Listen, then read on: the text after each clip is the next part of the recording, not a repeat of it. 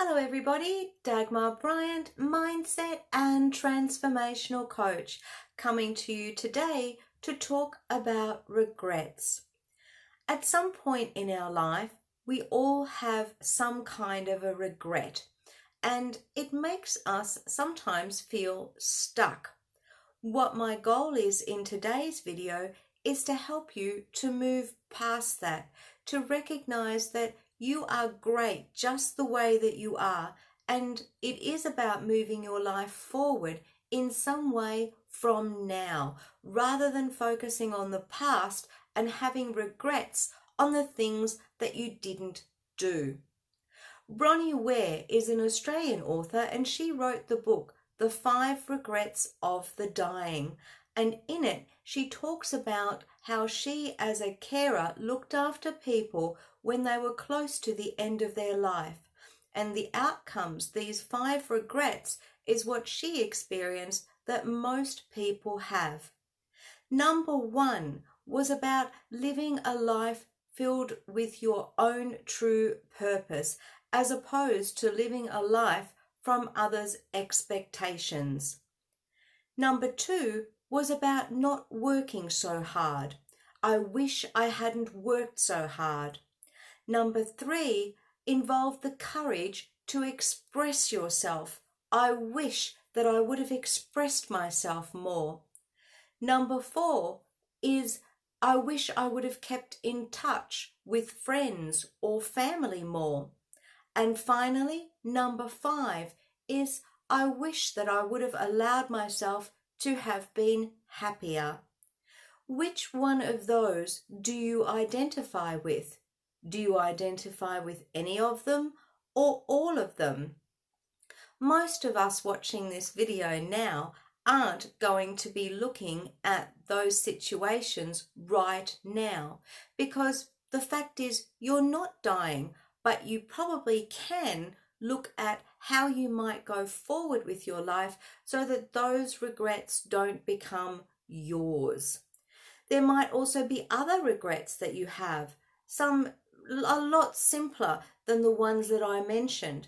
Maybe you wish that you would have traveled more. Maybe you wish that you could have been there for somebody. Maybe it is about keeping in touch with people. Whatever you do though, don't regret the things that you can't change. Think about it this way. The best way that you can honor yourself going forward is to do the things that you really want to do. No, you can't change the fact that when you first left school and you went into a job, the job that your parents wanted you to do. No, but you can change that now. What is the kind of work that you would like to be doing? How is it that you want to be living your life so that you are really happy? Some of these things we need to look at from a deeper aspect, because sometimes people come to me and they say, Dagmar, I don't even know what it is. How is it that I can be happy? I'm not even sure I know what that means. And that involves some processes in terms of going back to the beginning, asking yourself, what is it that makes me happy? When we're kids, life was so much more simpler.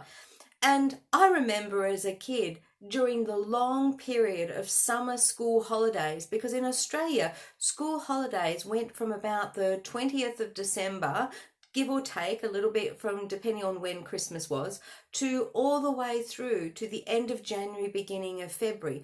And that was a good 6 weeks of summer holidays. And I remember saying to my mum, Mum, I'm bored. I'm betting most of you wouldn't be saying that anymore these days, because our lives are filled to capacity with things that we have to do. They're our obligations and things that we might need to do to survive. For example, working and making sure that we have an income, a roof over our head. That, however, doesn't mean that we shouldn't be focusing on the things also that makes us happy. Maybe it is important for you to get in touch with people that you've let go of. Now, I know that there are people that you've let go of because there's a very good reason for it. It's true. Often people move on. We outgrow each other. We get different likes. We get different interests. And that's okay. Ask yourself, though, what are the people or who are the people that you've let go of that you might be able to reignite a relationship with, a friendship that can still go further forward, that you've perhaps missed out on for the last few years. There's nothing wrong with getting in touch with people. In terms of being happier, ask yourself, what is it that really makes me happy? If you said to me, Dagmar, I've always wanted to paint, then go and paint. Don't expect yourself to be a Picasso or a Monet or anyone who is brilliant at painting. Do it just because it gives you fun, because it gives you enjoyment, because it's something that enables you to explore your creative spirit. Most of all, live a life true to yourself, not a life from other people's expectations. You are you. You deserve to live the life that is yours. I remember before leaving Australia, I may have said to you, I've got a couple of kids. Now my girls are grown up. And I said to them, how do you feel about your mum leaving Australia? And they said, well, Mum, we're grown up. You've brought us up to be independent. You go do what you need to do. And that's what I would like to say to you today. Go and do what you need to do. I'm not saying that you have to let go of all your obligations. That's probably not even going to be possible. But go and do what is going to make you happy. Don't work so hard. Have balance in your life and make sure that this life is the life that you want to lead without regrets. Don't be one of those people who at the end of your life says, I wish I would have, because you have that opportunity now. Ask yourself, what is it that you wish that you would have done if tomorrow would have been your last day? Ask yourself, what would I have done differently? Don't have regrets about relationships that didn't work out. Don't have regrets about things that you couldn't change and do anything about. But honor yourself. And those are the thoughts that I want to leave you with today.